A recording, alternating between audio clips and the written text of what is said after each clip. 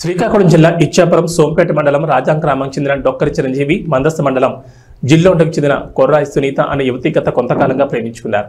ఇంట్లో వాళ్ళకి చెప్పి పెళ్లి చేసుకుంటానని అమ్మాయిని నమ్మించి లొంగ తీసుకున్న యువకుడు సినిమాలు పార్కులు అన్ని తిరిగి చివరికి చేతులెత్తేయడంతో అమ్మాయికి ఏం చేయాలో తెలియక ప్రియుడి ఇంటి ముందు 2 రోజులుగా ధర్నాకు దిగింది.